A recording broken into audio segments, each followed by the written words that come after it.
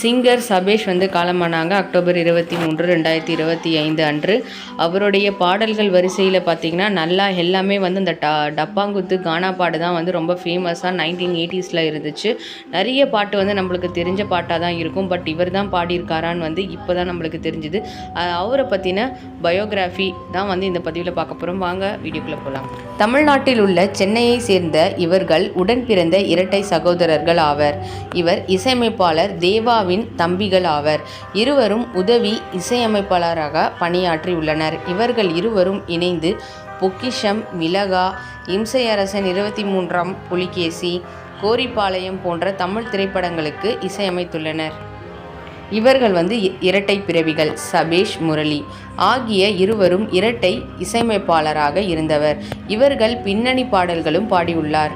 இவங்களுடைய பிறப்பிடம் பார்த்திங்கன்னா சென்னை, தமிழ்நாடு தான். இசை வடிவங்கள் என்னென்ன இசை வந்து அமைப்பாங்கன்னா டப்பாங்குத்து, கானா. தொழில்கள் பார்த்திங்கன்னா இசையமைப்பாளர்கள், பின்னணி பாடகர்கள். இசைத்துறை வந்து 2000 இப்போ வரைக்கும் இருக்குது. பின்னணி இசையமைப்பு அதை பற்றி நம்ம பார்க்க போகிறோம். எந்தெந்த வருடத்தில் என்னென்ன படம் வந்து இசையமைச்சிருக்காங்கன்ட்டு. 1999ஆம் ஆண்டு ஜோடி படம், 2006ஆம் ஆண்டு பாரிஜாதம், 2006 தலைமகன், 2008 அரசாங்கம், 2004 ஆட்டோகிராஃப், 2009 பட்டாளம், 2009 அதே நேரம் அதே இடம், 2010ஆம் ஆண்டு சிந்து சமவெளி, இரும்புக்கோட்டை முரட்டு சிங்கம் 2010. அப்போயே பார்த்தீங்கன்னா கட்டுறது களவும் வந்து 2010 தான். அம்பாசமுத்திரம் அம்பானி 2010, வித்தகன் 2011, காதல் பிசாசே 2012, அன்னக்கொடி 2013, மத்தாப்பு 2013, சிவப்பு 2015ஆம் ஆண்டு, கங்காரு 2015ஆம் ஆண்டு, எந்த நேரத்திலும் 2017ஆம் ஆண்டு, கொடிவீரன் 2017ஆம் ஆண்டு, திருமணம் 2019ஆம் ஆண்டு, மீண்டும் ஒரு மரியாதை 2020. அவர் பயணித்து வந்துட்டு இருந்த இவ்வளோ வருஷம் வந்து 2020 வரைக்கும் வந்து அவர் வந்து இசையமைப்பாளராக இருந்திருக்காங்க.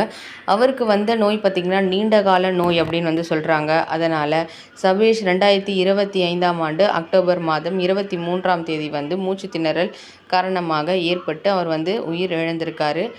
அது மட்டும் இல்லை, தேவாவுடைய நெருங்கிய சொந்தக்காரர். இப்போ அவர் தேவா என்ன சொல்லியிருக்காருன்னு பார்த்திங்கன்னா, எனக்கு ஒரு கையே உடஞ்சி போயிடுச்சு, அவர் இல்லாமல் நான் எந்த ஒரு இதுலேயுமே இருந்ததில்லை, ரொம்ப ஃபேமஸான பாட்டெல்லாம் வந்து அவர் தான் வந்து பாடியிருக்காரு அப்படின்னு வந்து ரொம்ப இரங்கலாக வந்து சொல்லியிருக்காங்க.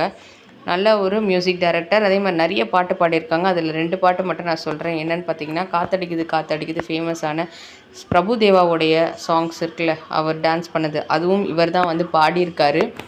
அழகான சின்ன தேவதை பாட்டையும் வந்து இவர் தான் பாடியிருக்காரு. அது மட்டும் இல்லை, இவருக்கு ஒரு நிறைவேறாத ஆசை இருக்குது. அது என்னன்னு பார்த்தீங்கன்னா, தனது வாழ்நாளில் கேவி மகாதேவன் உள்ளிட்ட பல மூத்த இசையமைப்பாளர்களுடன் பணியாற்றி இருந்தாலும் MS விஸ்வநாதன் பணியாற்ற முடியாத ஏக்கம்தான் தன்னை எப்போதும் வாட வைத்தது என சபேஷ் ஒரு பழைய பேட்டியில் கூறியிருந்ததை ரசிகர்கள் தற்போது பகிர்ந்து வந்துட்டுருக்காங்க.